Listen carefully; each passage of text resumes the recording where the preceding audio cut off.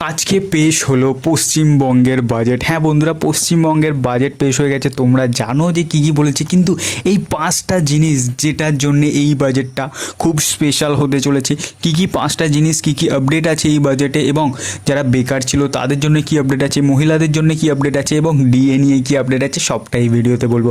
প্রথমে যে আপডেটটা সেটা বলবো কিন্তু এখানে, যেটা যুবসাথী নিয়ে। দেখো বন্ধুরা, যুবসাথী নিয়ে কিন্তু একটা হিউজ আপডেট আছে। এখানে কিন্তু একটা তোমরা বলতে পারো ছোট্ট করে একটা খেলা খেলে দিয়েছে সরকার। দেখো, ভোটের আগে কিন্তু বলেছিল যে 3,000, অর্থাৎ 1,500টা কিন্তু এখানে 3,000 করে দেবে, এবং তেমনই 3,000 আছে। কিন্তু এখানে একটা ছোট্ট শর্ত আছে, যেটা হলো যারা গ্র্যাজুয়েট নয় তারা কিন্তু মাসে 2,000 টাকা করে পাবে, এবং যারা কিন্তু গ্র্যাজুয়েট অর্থাৎ গ্র্যাজুয়েশন কমপ্লিট হয়ে গিয়েছে যাদের, তারা কিন্তু মাসে 3,000 টাকা করে পাবে। অর্থাৎ তোমরা বুঝতে পারছো যে এখানে কিন্তু একটা হিউজ অ্যামাউন্ট টাকা যুবকদের কাছে, এটা কিন্তু যুবক যুবতী দুটো যারা বেকার আছে তাদের কাছে কিন্তু এটা একটা খুব বড় একটা স্কিম বলা যেতেই পারে। দেখো, তারপরে কিন্তু বেকারদের জন্য আরও একটা সুখবর, 1 লাখ নিয়োগ হতে চলেছে আগামী 1 বছরের মধ্যে। শিক্ষক কর্মচারী, অধ্যাপক, পুলিশ বিভাগ এবং গ্রুপ সি এবং ডি মিলিয়ে কিন্তু 1 লাখ নিয়োগ হবে। এবং শুধু তাই নয়, এটা কিন্তু 1 বছরের মধ্যে এই নিয়োগটা সম্পন্ন করা তারা কিন্তু প্রতিজ্ঞাবদ্ধ হবে বলে এটাই কিন্তু তারা বাজেটে জানিয়েছে। যেহেতু এটা বাজেটটা 2026-27-এর জন্য, সেই কারণেই তোমাদের বললাম। দেখো, সেকেন্ড যে আপডেটটা হচ্ছে, অর্থাৎ থার্ড যে আপডেটটা আছে, সেটা হলো মেয়েদের জন্য।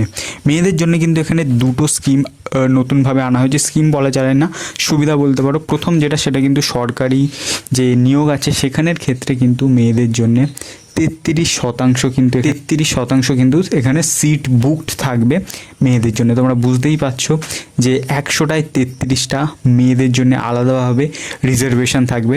তার মানে এখানে কত বড় হিউজ অপরচুনিটি হতে চলেছে মেয়েদের জন্য। দেখো, দ্বিতীয় যে আপডেটটা আছে সেটা হলো এককালীন 50,000 টাকা মেয়েরা কীভাবে পাবে। দেখো, যেসব মেয়েরা আছে অবিবাহিত এবং যারা উচ্চ শিক্ষায় তারা নিয়োজিত হচ্ছে, বা তারা সরকারি যে পরীক্ষা আছে তার জন্য বা গবেষণার ক্ষেত্রে তারা নিজেকে নিয়োজিত করছে, সেখানে কিন্তু তারা 50,000 টাকা এককালীন এখানে কিন্তু তারা সুবিধা পেতে চলেছে। দেখো বন্ধুরা, এর পরের যে সুবিধা বা যে বাজেটের যেটা সবথেকে বড় জিনিস, সেটা হলো ডিএর ব্যাপারে কিন্তু যেটা আগে 18% ছিল সেটা কিন্তু 20% বাড়িয়ে দিয়েছে, অর্থাৎ এখন কিন্তু 38% ডিএ করে দিয়েছে। এবং শুধু তাই নয়, সরকারি কর্মচারীদের ক্ষেত্রে যারা অঙ্গনারীর কর্মচারী ছিল তাদের জন্য 5,000 টাকা বৃদ্ধি হয়েছে। যারা কিন্তু পার্শ্ব শিক্ষক ছিল তাদের জন্যও প্রায় 5 থেকে 2,000 টাকা বৃদ্ধি হয়েছে।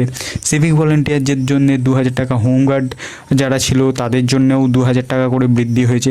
এবং যারা কিন্তু এখানে তোমরা বলতে পারো যে রাঁধুনি ছিল অঙ্গনারীতে, বা খাদ্য যেখানে আমরা স্কুলে পড়াশোনা করি, তাদের জন্যও কিন্তু 1,000 টাকা করে বৃদ্ধি হয়েছে। তার মানে তোমরা বুঝতে পারছো যে এখানে কিন্তু মেয়েদের জন্য একটা ঢেলে ঢেলে দিয়েছে টাকা পয়সা। তোমরা বুঝতে পারছো হিউজ পরিমাণে একটা কিন্তু এখানে মাইনের বৃদ্ধি দেখা যাচ্ছে।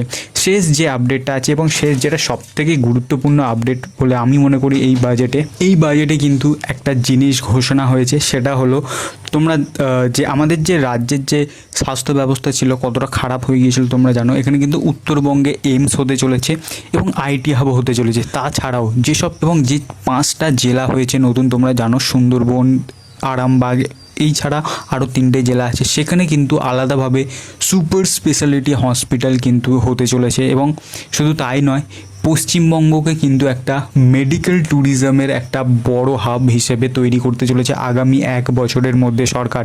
এটা কিন্তু একটা হিউজ অপরচুনিটি তোমরা বলতে পারো, যেহেতু যত বাইরের দেশের বা বাইরের রাজ্যের লোক আসবে এখানে কিন্তু তত অর্থ সমাগম বৃদ্ধি হবে, এবং পশ্চিমবঙ্গের কিন্তু সেই পুরানো সুদিন কিন্তু আরও ভালোভাবে ফিরে আসতে চলেছে। তোমাদের এই বাজেটে কোন জিনিসটা ভালো লেগেছে তোমরা কমেন্ট করতে পারো।